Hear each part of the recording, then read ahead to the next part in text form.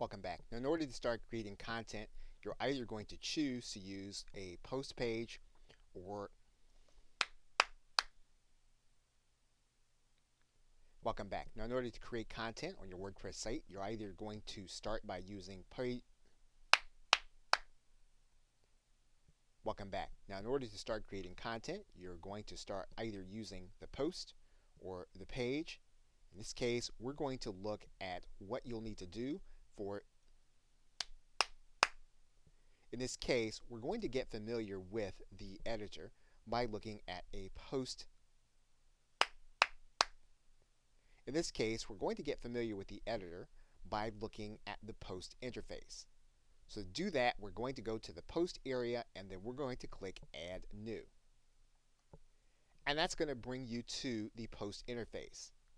Now you'll note that the post interface is going to look very similar to the pages interface.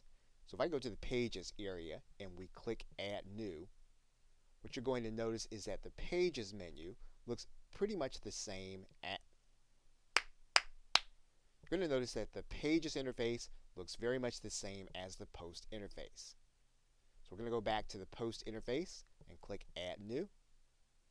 That's going to bring us back to this layout. Now, if you're already familiar with WordPress, you're going to notice the right-hand side panel is very familiar to those activities that you used to be engaged in. Creating categories, creating tags, having a featured image, having control over discussion, as well as being able to create an excerpt. Now what's new to the interface is going to be the elements of a particular block. So for example, you'll notice that if we click inside of this, you'll notice that if we click inside of this first block, what you'll see is that this block element, this area will then allow you to customize this block or area for content creation. And so every block as well as every every kind of block is going to have its own set of elements. You'll see that this one we can change the color settings, and we can also add in additional coding. Also in this layout, you're going to notice a gear at the top, and we can click the settings button. And the settings button allows you to control whether or not you're going to see this panel where you have these document elements as well as block elements. You'll also see on the right side that there are more tools and options, and you'll see that with these three buttons. If you click those three buttons, you're going to have even more control over the view. For example, we can enable the top toolbar. We can also enable what's called spotlight mode, where we only see what we're working on. And then we can enable full screen mode, where we rid ourselves of some of the elements and only focus on, again, the page that we're working on. We can disable all of those modes.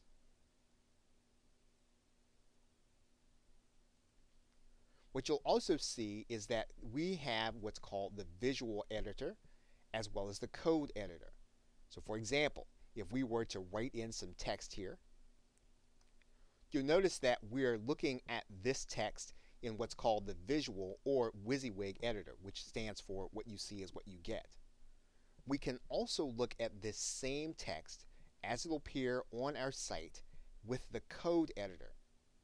This will allow us to see the actual HTML behind what we've written into our block.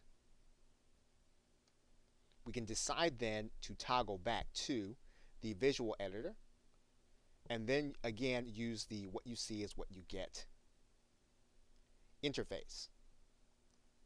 We also have tools that are based on how we use the blocks. So for example, we can do what's called manage all reusable blocks.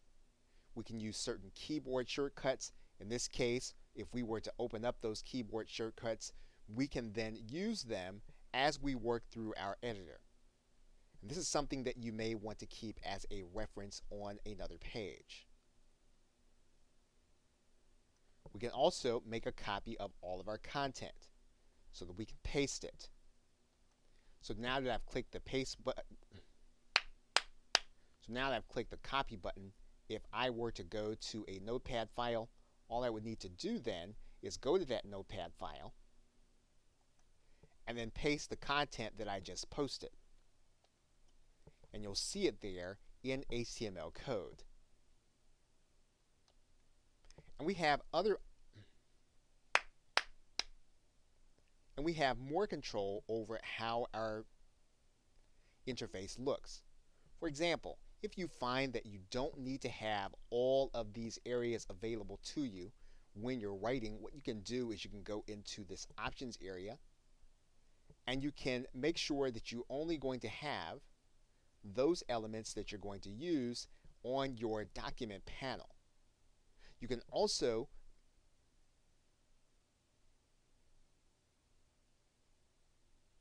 have it so that WordPress does give you pre-published checks or helps you to figure out what may be wrong with your document. And you can enable tips to be shown to you as to how to use the new WordPress editor.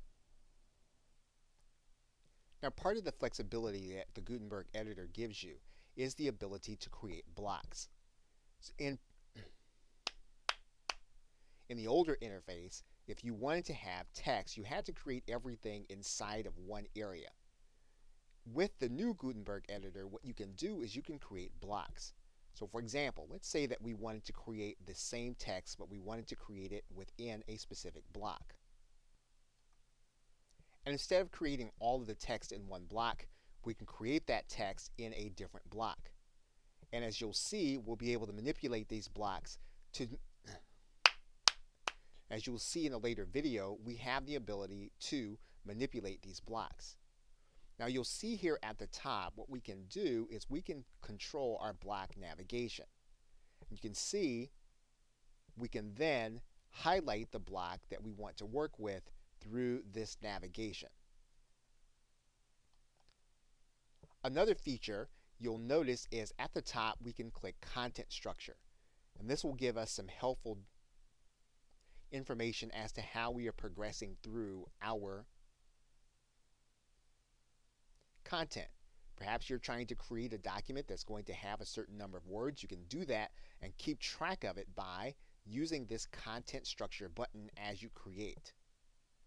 And of course, what you can also do is you can add in blocks by clicking the Add Block button. Now, we will be looking at how you create these blocks in detail in the rest of this course. Okay, so with that, thanks, and I will see you in another video.